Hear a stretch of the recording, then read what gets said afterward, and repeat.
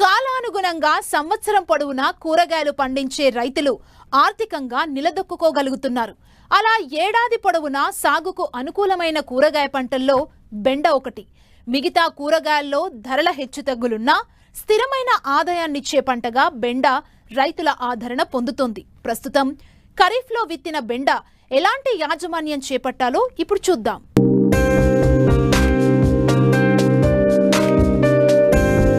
ఇటీవలి కాలంలో వాణిజ్య పంటల కంటే కూరగాయల సాగే రైతులకు లాభదాయకంగా మారింది. ముఖ్యంగా బెండ వంటి కూరగాయ పంటలకు మార్కెట్ ఒడిదుడుకులు తక్కువ. అందుకే చాలా వరకు రైతులు వర్షాకాలంలో బెండను విత్తారు. ప్రస్తుతం వివిధ దశల్లో ఉన్న ఈ పంటలో చీడపీడలను ఎప్పటికప్పుడు గమనిస్తూ సకాలంలో తగిన యాజమాన్య సస్యరక్షణ చర్యలు చేపట్టినట్లయితే బెండ సాగులో ఎకరాకు 5 నుంచి 8 టన్నుల దిగుబడిని తీయవచ్చని రైతులకు వివరాలు తెలియజేస్తున్నారు బెల్లంపల్లి కృషి విజ్ఞాన కేంద్రం శాస్త్రవేత్త స్రవంతి. విత్తనాలు విత్తిన తర్వాత వెంటనే మనము పెండిమిథాలిన్ 1.2 లీటర్స్ ఒక 200 లీటర్ల నీటికి కలుపుకొని మనము పిచికారీ చేసుకోవాలి. ఈ విధంగా పిచికారీ చేసుకోవడం వలన మనకు వచ్చేటువంటి కలుపు సమస్యలు అనేవి తగ్గుతాయి. ఇది ఖచ్చితంగా మనము పెండిమిథాలిన్ని స్ప్రే చేసేటప్పుడు నీళ్ళ తడిగా ఉండే విధంగా మనము జాగ్రత్త పట్టించాలి. ఒక నీళ్ళ తడిగా ఉండనట్లయితే మనకు పనిచేయదు. ఈ విధంగా తడిగా ఉండే విధంగా మనం చూసుకోవాలి. అదేవిధంగా మళ్ళీ 45 రోజుల తర్వాత ఒకసారి మనము కలుపు కూడా మాన్యువల్గా మనము కలుపు అనేది తీయించాలి.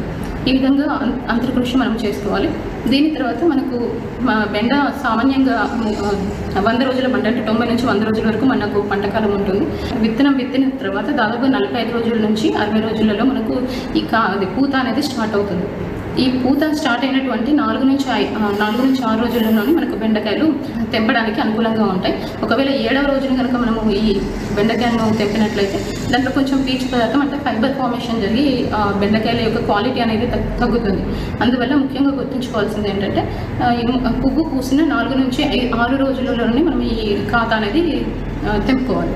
అదేవిధంగా మనకు సస్యరక్షణలో భాగంగా మొగ మరియు కాయతొలుచు పురుగు అంటే ఫ్రూట్ అండ్ షుగర్ బోరర్ సమస్య కూడా ఎక్కువగా ఉంటుంది.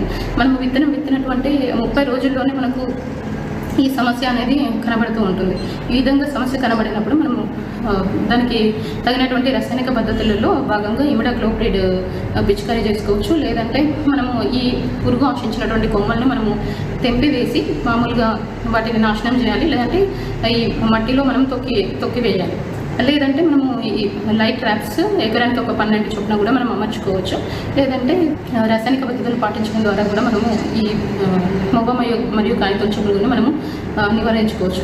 ఇదే విధంగా వీటితో పాటుగా మనకు రసం పీల్చు పురుగుల సమస్య కూడా ఎక్కువగా ఉంటుంది.